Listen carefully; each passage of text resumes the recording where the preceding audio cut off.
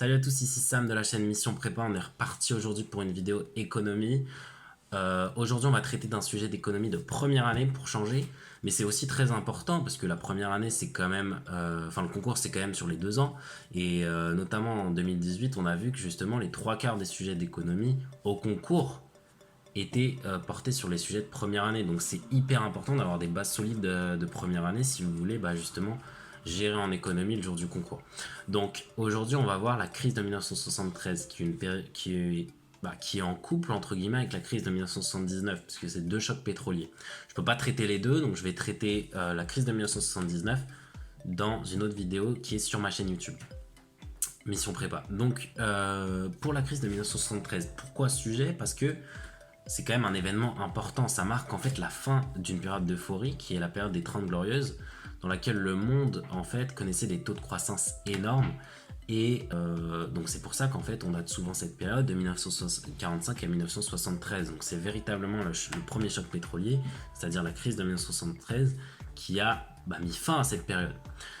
Quelle était la situation avant les années 70? C'était une situation tout simplement de dépendance énergétique forte des pays occidentaux.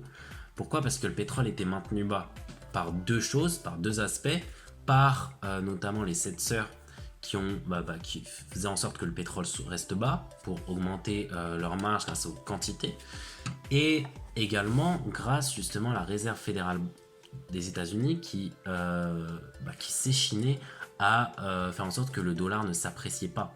Or, tous les barils de pétrole avaient comme unité le dollar, et donc justement le pétrole était maintenu bas. Donc on avait cette dépendance énergétique. Or, il s'est produit quelque chose en 1973, comme vous le savez. Le 6 octobre 1973 a lieu la guerre du Kippour, dans laquelle l'Égypte et la Syrie vont lancer une offensive contre Israël, tout simplement le jour du Kippour, donc le jour de cette fête que les Juifs sacralisent, dans la mesure où c'est le jour où on doit se consacrer à Dieu.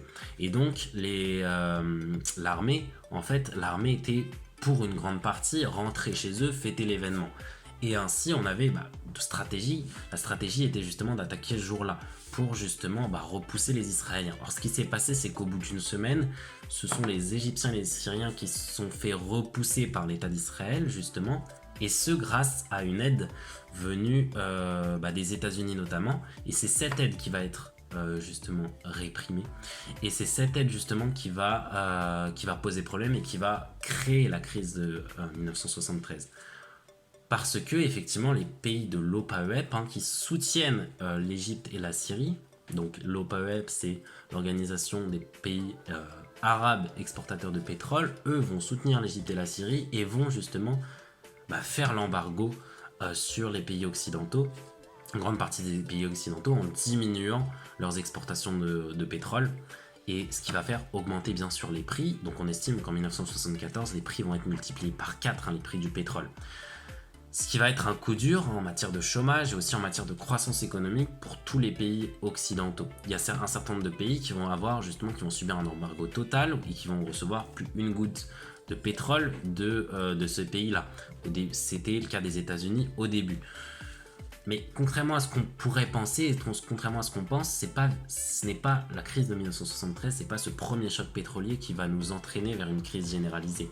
Parce que finalement, cette crise a été relativement bien gérée, et au bout d'un certain temps, finalement les pays s'en sont sortis au bout d'un certain temps de manière, notamment en termes de chômage, c'est-à-dire que ça allait mieux parce qu'ils ont changé de stratégie, ils ont pu tout fonder sur le pétrole, et ils ont justement utilisé d'autres sources d'énergie, notamment l'énergie nucléaire en ce qui concerne la France.